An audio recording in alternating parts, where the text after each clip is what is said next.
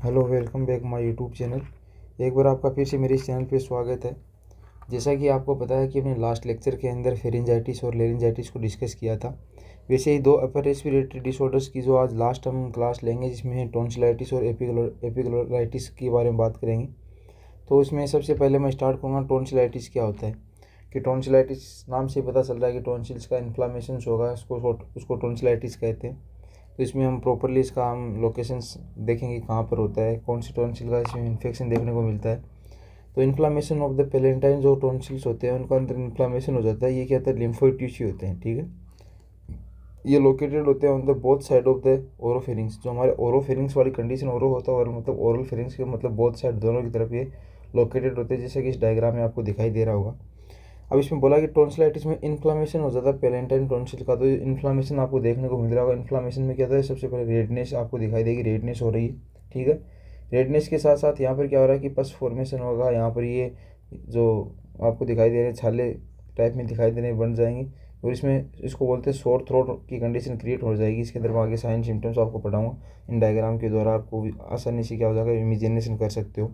और ये चीज़ सबके साथ आपको देखा होगी, एक बार तो हुई होगी लाइफ में, क्योंकि चिल्ड्रन मतलब बच्चों में बहुत ज़्यादा होता है कंडीशन टॉन्सिलाइटिस की। कि इसके बाद मैं बात करूँगा टाइप्स, इसके टाइप्स कितने होते हैं। तो टाइप्स में एक इसको ड्यूरेशन के आधार पर हम एक्यूट और क्रोनिक भी बांट सकते हैं। और एक तीसरा होता है रिकरेंट टॉन्सिलाइटिस, मतलब बार बार आ रहा है तो उसको रिकरेंट भी एक हम इसमें ऐड कर सकते हैं। एक्यूट की बात करता हूँ। एक्यूट में ड्यूरेशन होती है इसमें लेस देन 2 वीक्स के लिए होता है। इसमें तो टॉन्सिलाइटिस होता है कम से कम 2 वीक के लिए होता है, कि 2 वीक के बाद ये रिकवर हो जाता है। इसका कोज होता है वायरल और बैक्टीरियल होता है। और इसमें सडन ऑनसेट होता है, मतलब अचानक से ये चीज़ देखने को मिलती है।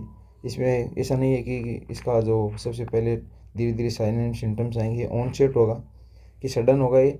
इसके जो हम एक्यूट होता है, एक्यूट को हम क्या करते हैं कि घर पे ट्रीट करने का जो जनरल में जो ट्रीटमेंट ही करते हैं, जैसे कि वार्म सेलाइन से हम क्या करेंगे, गार्गल करेंगे, तो ये नॉर्मली हम घर पे ही सही हो जाता है।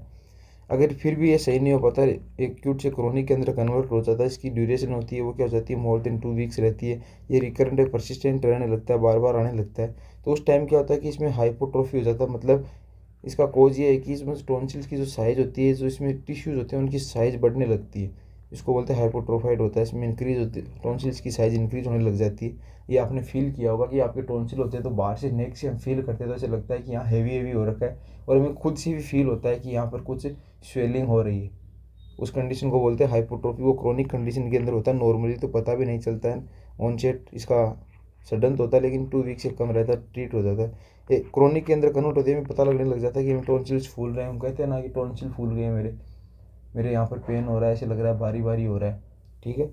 और इसमें थर्ड होता है रिकरेंट टॉन्सिलाइटिस होता है। इसमें क्या होता है, सीवियर एपिसोड पर ये रहते हैं, मतलब बार बार ये चीज़ें ट्रीटमेंट करने के बाद भी थोड़े टाइम बाद वापस क्रिएट हो रही है, तो मे भी रिक्वायर्ड टॉन्सिलोक्टोमी होता है इसके। तो इसका मेन लास्ट और ट्रीटमेंट वही है कि हमें यहाँ से परमानेंट टॉन्सिल को क्या करना है, रिमूव करना है। वही इसका लास्ट ऑप्शन है, तो उसे टॉन्सिलेक्टोमी कहते हैं। फिर बात करता हूँ एटियोलॉजीज की, कोज क्या होते हैं। कोज मेनली इन्फेक्शियस कोज की बात करता हूँ तो वायरल होते हैं, मोस्ट कॉमन कोज ये होते हैं। टॉन्सिलाइटिस मेनली वायरल इन्फेक्शंस के कारण होता है। इसमें rhino virus, adeno virus, influenza हो गया, कोरोना हो गया, साइटोमेगेलो वायरस हो गया, हर्पेक्स सिम्पलर वायरस हो गया। ये सारे के सारे वायरल कोज होते हैं। अगर बैक्टीरियल होता है तो इसमें क्या हो जाएगा, अगर बैक्टीरियल कोज भी यहाँ देखने को मिलते हैं लेकिन मोस्ट कॉमन ही होते हैं। तो बैक्टीरियल में ज़्यादा ग्रुप एक ही, जो बीटा हीमोलाइटिक स्ट्रेप्टोकोकस हो गया, स्टेफाइलोकोकस ओरिस हो गया, और होम्योफिलस इन्फ्लुएंजा ये वायरस हो गए। ये बैक्टीरियल कोज हो गए। इसके बाद बात करता हूँ प्री डिस्पोजिंग फैक्टर। तो प्री डिस्पोजिंग फैक्टर होते हैं, उसमें मैं बात करूँ कि इसमें क्या होता है कि पुअर ओरल हाइजीन हुई, कि पहले से कुछ ऐसी कंडीशंस थी कि मान लो कि प्रॉपरली हाइजीन नहीं मेंटेन कर पा रहे, उस कारण टॉन्सिलाइटिस हो सकता है। रिकरेंट अपर रेस्पिरेटरी इन्फेक्शंस, अगर बार बार मुझे मान लो फेरिंजाइटिस हो रहा है, लेरिंजाइटिस हो रहा है, तो उस कंडीशन के उसके कारण ये इन्फेक्शन टॉन्सिल्स में भी हो सकता है। तो इसलिए बोला कि रिकरेंट हो गया, अपर रेस्पिरेटरी इन्फेक्शंस की बात की यहाँ पर, तो इस कारण भी हो सकता है। एक्सपोजर टू कोल्ड हो गया, कि मतलब कोल्ड के मतलब सामने आ रहे हैं, मतलब जैसे कि मान लो कि हम हाई, मतलब जैसे कि जहाँ ज़्यादा सर्दी पड़ती है, माइनस में टेम्परेचर है, उस जगह हम जाते हैं, तो वहाँ पर क्या होता है कि हमारे जो टॉन्सिल्स की जो कैपिलरीज के अंदर ये ब्लड की सप्लाई होती है वो क्या हो जाती है, रुक जाती है, क्योंकि कोल्ड के अंदर वो क्या हो जाती है, कॉन्ट्रैक्ट हो जाती है। और कॉन्ट्रैक्ट होने के बाद क्या होता है कि वहाँ की ब्लड सप्लाई प्रॉपर्ली नहीं हो पाती, उस कंडीशन में भी टॉन्सिलाइटिस हो सकता है। ओवर क्राउडेड इन्वायरमेंट के अंदर भी हो सकता है, क्योंकि वहाँ पर हमें इन्फेक्शंस मिल सकते हैं अदर। फिर अगर मान लो किसी व्यक्ति की लो इम्यूनिटी है, उस कंडीशन में भी क्या हो सकता है कि ये टॉन्सिलाइटिस हो सकता है। मेनली चिल्ड्रन होते हैं या एल्डरली पर्सन होते हैं, इनमें ये कंडीशंस देखने को मिल सकती है। तो ये हमारी क्या हो गए यहाँ पर कॉज हो गए कि इन्फेक्शियस हो गया, बैक्टीरियल हो गया, प्री डिस्पोजिंग कॉज हो गई। अब मैं बात करूँगा क्लिनिकल मैनिफेस्टेशन हो गया, इसमें तो साइन एंड सिम्टम्स की बात करता हूँ कि क्या क्या साइन एंड सिम्टम्स हमें देखने को मिलेंगे। तो सबसे पहले बात करता हूँ सिम्टम्स क्या होते हैं। सिम्टम्स क्या होते हैं, सोर थ्रोट हो जाएंगे, पेन ड्यूरिंग स्वेलिंग। ये सोर थ्रोट आपको दिखाई दे रहे होंगे कि रेडनेस हो गई, सोर थ्रोट ये बन जाते हैं, इसमें सोर थ्रोट हो गया।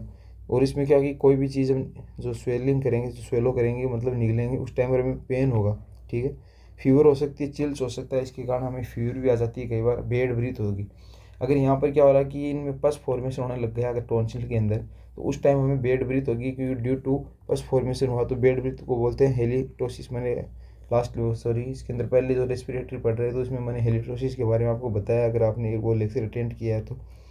उसके बाद वो बात करूँगा, मलेश हो गया, बॉडी एक होगा, हेड एक भी हो सकता है, ईयर पेन होगा, इस रेफर्ड पेन होता है। ईयर पेन इसलिए होता है कि आपने देखा होगा कि मान लो मेरे टॉन्सिलाइटिस होता है, तो जो मेरे नियर बाई जो ईयर जो होता है ना, सबसे नियर ही होते हैं, इसके मतलब पास में ही रहते हैं ना, तो उनमें क्या था, हेवी हेवी फील होता है। उसके बाद इसमें क्या है ना, पेन होना स्टार्ट हो जाता है, क्योंकि वहाँ तक इन्फेक्शन फैल जाता है। फिर लॉस ऑफ एपिटाइट, ऐसी कंडीशन में कोई खाना तो खा नहीं सकता, क्योंकि यहाँ पर कुछ मतलब लिक्विड भी हम निकलते हैं, उस टाइम भी पेन होता है, तो खाना खाने तो बहुत दूर की बात है। तो उस टाइम क्या होता है, डर के कारण हमें भूख नहीं लगती है कि मैं अगर कुछ खाऊंगा निकलूंगा तो ये इनके टच होगा तो दर्द होगा मेरे को, इसलिए तो इसमें लॉस ऑफ एपिटाइट भी हो जाती है। अब बात करता हूँ साइन की, बात करता हूँ, रेड स्वेलन थ्रोट हो गया, टॉन्सिल हो गया। तो इसमें देख रहे हो कि इसमें कलर देख रहे हो, इसका रेड हो जाता है, एकदम रेडनेस आ जाती है। वाइट और येलो पेचेज और द पस फॉर्मेशन, अब देख रहे हो यहाँ वाइट येलो येलो कलर के होते हैं, थोड़े थोड़े वाइट दिखाई दे रहे हैं और कुछ येलो भी होते हैं इसके अंदर। इसमें क्या हो जाता है, पस फॉर्मेशन होने लगता है धीरे धीरे, कि ये धीरे धीरे पस फॉर्मेशन होकर इनलार्ज होने लगते हैं। फिर enlarge and tender the cervical lymph tissue होता है, इसमें सर्वाइकल जो लिम्फ टिश्यू होता है उसमें क्या होता है, टेंडरनेस आ जाती है और बड़े होने लग जाते हैं। फिर लास्ट होता है in chronic cases the enlarge the tonsil pus with formation, इसमें क्या होगा, धीरे धीरे ये पेचेज बड़े होने लगेंगे, इनमें पस का फॉर्मेशन होने लगेगा, और इस कारण इसमें टॉन्सिल का क्या होने लग जाएगा, इनलार्जमेंट होने लग जाएगा। तो ये इसमें साइन है, इसके साइंस देखने को मिलेंगे, डॉक्टर इन चीज़ों को ऑब्जर्व करेगा।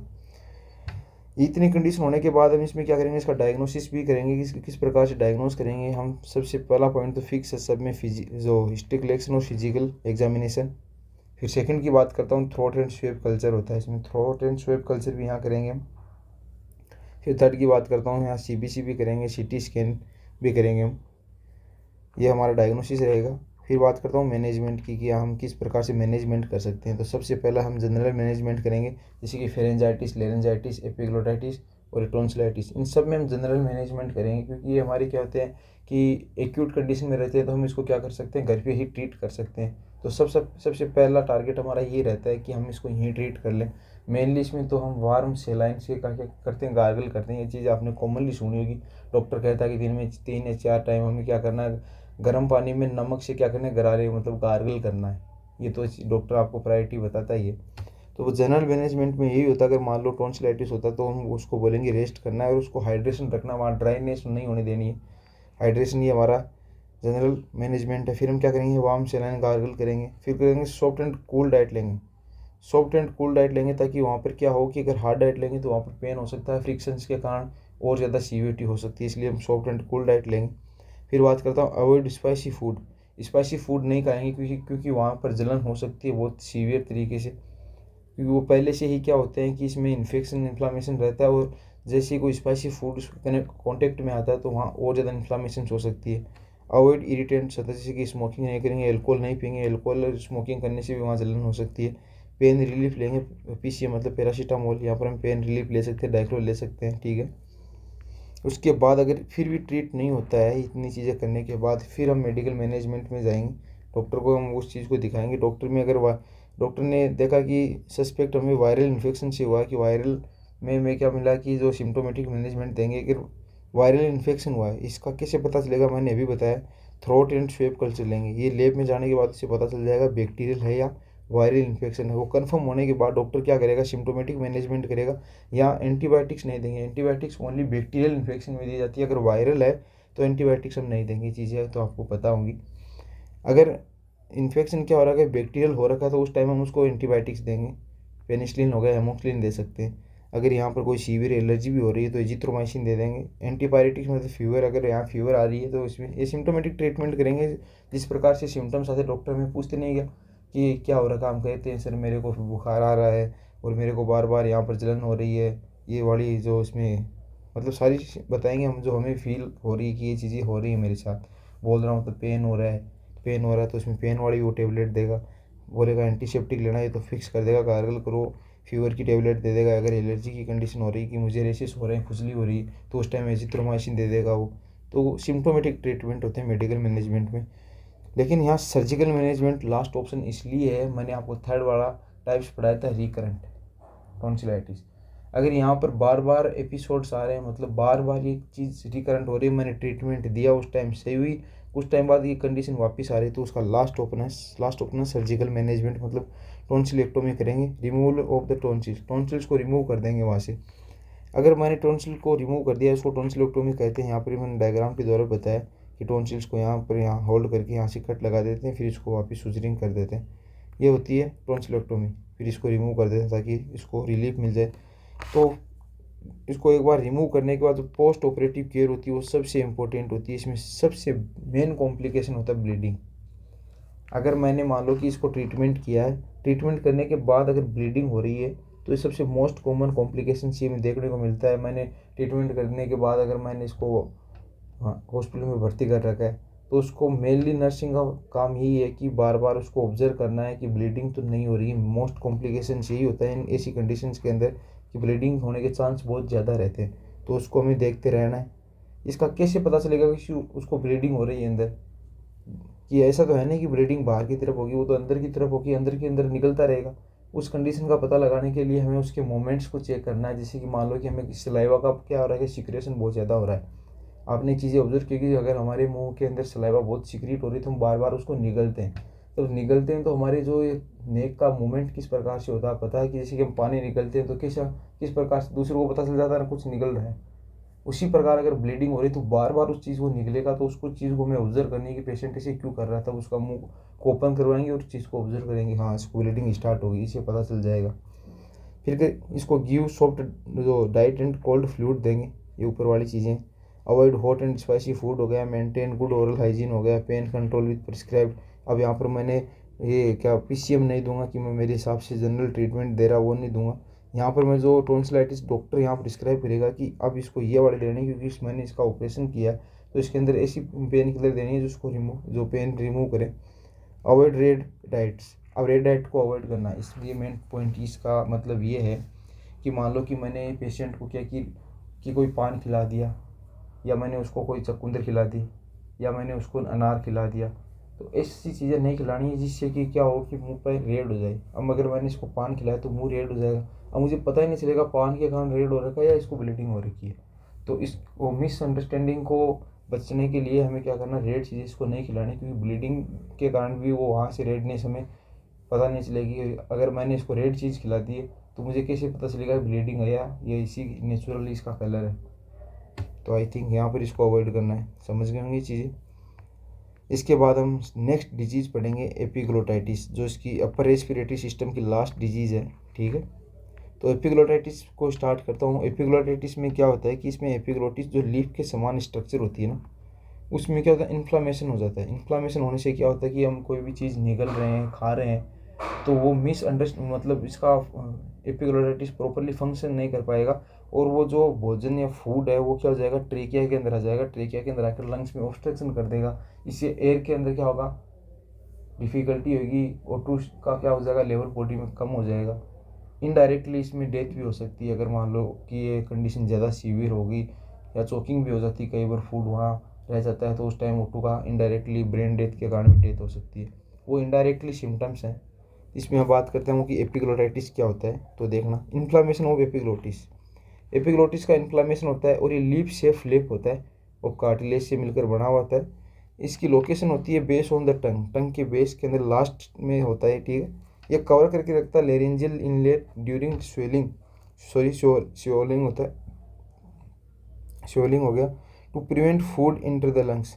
तो ये भोजन को क्या करता है कि लंग्स में जाने से बचाने का काम करता है कि ये फूड है वो ट्रेकिया में न चला जाए, तो इसलिए उसको कवर करने का काम करता है। इसका मेन जो नॉर्मल फंक्शन तो यही था। अगर इसमें इन्फ्लामेशन हो गया तो नॉर्मल फंक्शन नहीं कर पाएगा यहाँ पर, फिर ये इसको प्रिवेंट भी नहीं कर पाएगा, तो कॉम्प्लिकेशंस भी क्रिएट हो सकती है एपिग्लोटाइटिस के अंदर। तो मैं आगे बात करता हूँ, वेन इन्फ्लामेटेड द एपिग्लोटिस। अगर मान लो कि एपिग्लोटिस क्या इन्फ्लामेटेड था पहले से, तो उस टाइम में क्या कर रहा हूँ कि कोई भी चीज़ मैं मतलब जल्दी जल्दी क्या कर रहा हूँ, निगल रहा हूँ, तो उस कंडीशन में क्या हो सकता है, और भी ऑब्स्ट्रक्शन हो सकता है। ये चीज़ें आपको पता है, ये मेनली बच्चों में देखने को मिलती है। मान लो कि किसी बच्चे के अंदर क्या हो रखा था कि ये एपिग्लोटाइटिस में इन्फ्लामेशन पहले से था और बच्चा स्पीड से कोई चीज़ खा रहा है, तो वो क्या करेगी, लंग्स सॉरी ईसोफेगस में ना जाकर ट्रेकिया के अंदर आके क्या हो जाएगी, यहाँ पर इसको चोकिंग कर देगी, मतलब वहाँ एयर ऑब्स्ट्रक्शन पैदा कर देगी। मेरी चिल्ड्रेंस में देखने को मिलती है ऐसी चीज़ें। तो ये होती है हमारी एपिग्लोटाइटिस की कंडीशन। ये मेन इंट्रो हो गया, ठीक है। अब बात करता हूँ इसके कोज क्या होते हैं।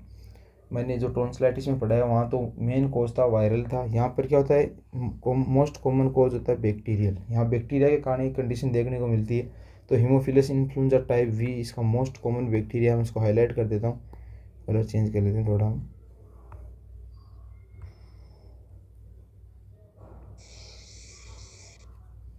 ये इसका मोस्ट कॉमन क्या होता है, बैक्टीरिया होता है। और ये हमें आपने देखा होगा कि इसके हमें दो वो वैक्सीन भी दी जाती है, या इसका हमें इंजेक्शन भी लगते हैं हॉस्पिटलों के अंदर कि एपिग्लोटाइटिस ना हो। तो बच्चों में इसका हीमोफिलस इन्फ्लुएंजा टाइप बी का हमें वैक्सीन भी दी जाती है या इंजेक्शन देते हैं हॉस्पिटल में। ये चीज़ें हॉस्पिटल में होती है, जब हम छोटे रहते हैं उसी टाइम लगा दिया जाता है ताकि ये कंडीशन क्रिएट ना हो। फिर होता है स्ट्रेप्टोकोकस न्यूमोनिया हो गया, स्टेफिलोकोकस एवरीज हो गए, ये भी इसके मेन कोज हो सकते हैं।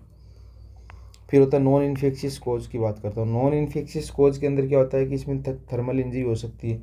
मान लो कि मुझे पता नहीं था और मैंने सडनली क्या किया, एकदम गर्म चीज़ इंटेक कर ली, उस टाइम पे जो हमारी ये लीफ शेप जो स्ट्रक्चर होती है वो भी बर्न हो सकती है उस चीज़ से। केमिकल इंजरी हो सकती है, कोई केमिकल से भी इंजर्ड हो सकता है हमारा एपिग्लोटिस। फिर एक्सटर्नल फैक्ट्री इरिटेंट है, तो मतलब कोई फॉरिजन बॉडी भी क्या हो सकती है वहाँ पर हमें इरिटेंट कर सकती है, वो जाके वहाँ इरिटेंट करेगी, तो इससे भी इन्फ्लामेशन हो सकता है। अगर कोई ट्रॉमा भी हो सकता है, ट्रॉमा के कारण भी एपिग्लोटिस डैमेज हो सकता है, तो उस कंडीशन के अंदर भी कोज है कि एपिग्लोटाइटिस की कंडीशन क्रिएट हो सकती है। अब मैं बात करता हूँ साइन एंड सिम्टम्स की बात करता हूँ। तो साइन एंड सिम्टम्स में क्या होता है, सीवियर शोर थ्रोट होता है। मैंने भी एक आपको इमेज दिखाई थी, इसमें क्या होता है कि वो तो उसकी थी टॉन्सिलाइटिस की, उसी प्रकार से हमारे एपिग्लोटिस के अंदर भी क्या होता है, सीवियर शोर थ्रोट, वहाँ रेडनेस हो जाएगी, डिफ़िकल्टी इन स्वेलिंग और पेन ड्यूरिंग स्वेलिंग हो गया कि वजन निकलने के दौरान हमें पेन और डिफ़िकल्टी होती है। मफल्ड एंड होर्स वॉइस हो जाएगी। मफल्ड मतलब इसमें आवाज़ में गड़बड़ी, मतलब ऐसा लगना कि हेवी हेवी आवाज़ आना, होर्स जैसी आवाज़ हो जानी, ये मफल्ड आवाज़ हो गया, ये इसका सिम्टम है। ड्रोलिंग सलाइवा मतलब होता है कि लिमिट से ज़्यादा सलाइवा का सिक्रेशन होना। उस कंडीशन में क्या होता है कि नॉर्मली क्या होता है कि बिना हमारी जो इच्छा की क्या होता है कि हम वो सलाइवा बाहर हमारे मुंह से बाहर की तरफ निकलता रहता है, क्योंकि और बहुत ज़्यादा सलाइवा सिक्रेशन हो रहा है। तो उस कंडीशन में जो ड्रूलिंग हो गया मतलब बाहर की तरफ बहने लगेगा सलाइवा। इस प्रकार से जैसे कि हमें इस बच्चे के अंदर यहाँ सलाइवा सिक्रेशन हो रहा है, तो बाहर की तरफ लार गिरने लगती है, वो इसी कारण होती है ड्रूलिंग सलाइवा के कारण। फिर तो चिल्स एंड मलेशिया हो सकता है, रेड स्वेलो एपिग्लोटिस हो सकता है, पेन एंड फिटिकनेस हो गया, ट्राइपॉड पोजीशन, ये रही ट्राइपॉड पोजीशन इस प्रकार से। इसमें क्या होता है, बच्चा होता है, इसमें क्लासिकल साइन होता है, याद रखना आपको, एपिग्लोटिस का क्लासिकल साइन है, इसको भी आप हाईलाइट कर सकते हो, ठीक है। ये भी इसका क्लासिकल साइन है। इसमें क्या होता है कि ट्राइपॉड पोजीशन बच्चा होता है, वो ट्राइपॉड पोजीशन के अंदर क्या होता है, बैठ जाता है, ये इसका साइन क्लासिकल साइन है।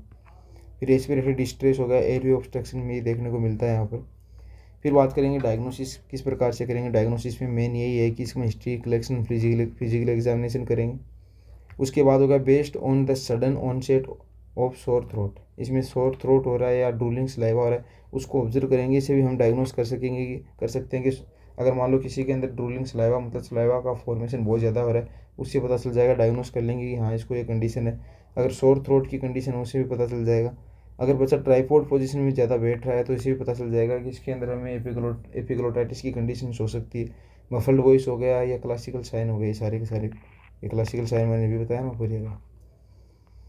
फिर बात करते हैं इन्वेस्टिगेशन में इस पर किस प्रकार से कर सकते हैं। सबसे मेन इंपॉर्टेंट यही है, यहाँ पर मैं आपको हाईलाइट भी कराऊंगा आगे, ये रहा, इस चीज़ को आपको हाईलाइट करना है, ठीक है। तो मैं यहाँ समझा देता हूँ। Do not delay airway management investigation for investigation. हमें क्या हो रहा है कि अगर एपिग्लोटाइटिस की कंडीशन क्रिएट हुई है तो उसमें किसी प्रकार का डिले नहीं करना, सबसे प्रायोरिटी पे हमें रखना है कि हमें उसको ऑक्सीजन थेरेपी देनी है अगर ऑक्सीजन का लेवल डिक्रीज हुआ है तो।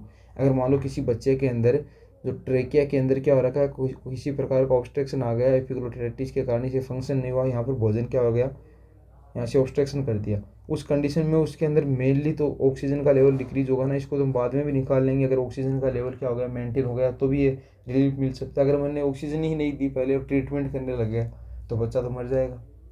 तो मेन प्रायर यही है कि उसको सबसे पहले ऑक्सीजन थेरेपी दें। इस चीज़ को याद रखना, एपिग्लोटाइटिस के अंदर एक क्वेश्चन आता है मेन प्रायोरिटी क्या होती है। मेन प्रायोरिटी होती है ऑक्सीजन एडमिनिस्ट्रेशन। ये क्वेश्चन बनता है कंपटीशन एग्जाम में, ये ध्यान रखना आपको। फिर बात करता हूँ लेटरल नेक एक्सरे करेंगे, इसका सीन थंब साइन दिखाई देगा हमें। सीबीसी करेंगे, थ्रोट स्वेप कल्चर लेंगे, लेरिंजोस्कोपी करेंगे, इसको क्या कि विजुअलाइजेशन करेंगे वो लेरिंग्स को, हम लेरिंग्स को देखेंगे कि वहाँ किसी प्रकार का और ज़्यादा इन्फेक्शंस तो नहीं है।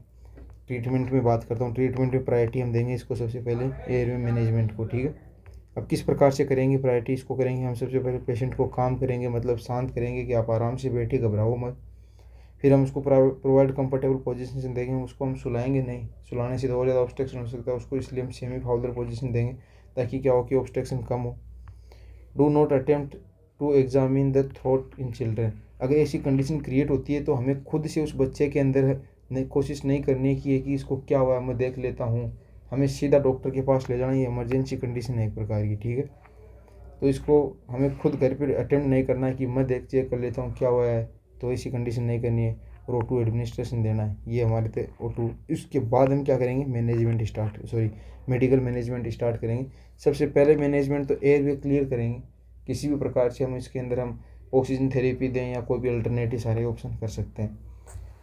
उसके बाद मेडिकल मैनेजमेंट की बात करूँ तो मेडिकल मैनेजमेंट में बात करता हूँ सबसे पहले कि हम एंटीबायोटिक्स देंगे उसको, अगर इसमें क्या हुआ है कि बैक्टीरियल हुआ है, कोर्टिकोस्टेरॉइड देंगे कि इन्फ्लामेशन हुई तो उसमें हम कोर्टिकोस्टेरॉइड देंगे। अब मैं इसमें आईवी क्यों दे रहा हूँ, आईवी इसलिए दे रहा हूँ कि इसमें तो हम निगल ही नहीं पा रहे हैं, पहले से ऑब्स्ट्रक्शन आ रहा है, तो मैं एंटीबायोटिक्स दूंगा तो वो जल्दी क्या करेंगे, रिलीफ कराएगा उस चीज़ से।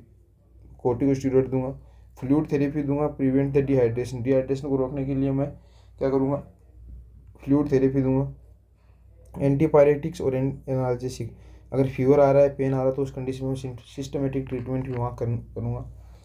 तो आई थिंक मैंने यहाँ आपको लगभग मैंने आपको जैसे कि राइनाइटिस पढ़ाया था, साइनाइटिस पढ़ाया था, फेरेंजाइटिस पढ़ाया है, फिर मैंने लेरेंजाइटिस पढ़ाया, फिर टोंसिलाइटिस पढ़ा दिया और लास्ट मैंने पढ़ाया एपिग्लोटाइटिस हो गया। तो इस प्रकार से हमारे जो अपर रेस्पिरेटरी सिस्टम्स की जो जितनी भी डिजीज़ थी यहाँ आज तक क्या होती है, पूरी कंप्लीट होती है। हम नेक्स्ट पढ़ेंगे लोअर रेस्पिरेटरी डिजीज़, COPD से स्टार्ट करेंगे, लेकिन आज हम यहीं तक पढ़ेंगे क्योंकि लोअर वाली जो COPD है उसका एक कंबाइंड लेक्चर एक साथ बनाएंगे क्योंकि बहुत बड़ी है वो डिजीज़। तो आई थिंक आपको यहाँ तक प्रॉपरली समझ में आया होगा। बहुत बहुत धन्यवाद। अगर कोई चीज़ समझ में नहीं आई हो तो एक बार प्लीज़ कमेंट करना और मुझे फीडबैक ज़रूर देना। मुझे फीडबैक के लिए क्या है कि फीडबैक आप दोगे तो मुझे क्या पता चलेगा कि मेरे में क्या कमी है, मुझे क्या सुधार करने चाहिए। तो आई थिंक यहाँ तक आपको पूरा क्लियर होगा। अगर कोई चीज़ समझ में नहीं आई तो प्लीज़ कमेंट कर सकते हैं आप। Thank you.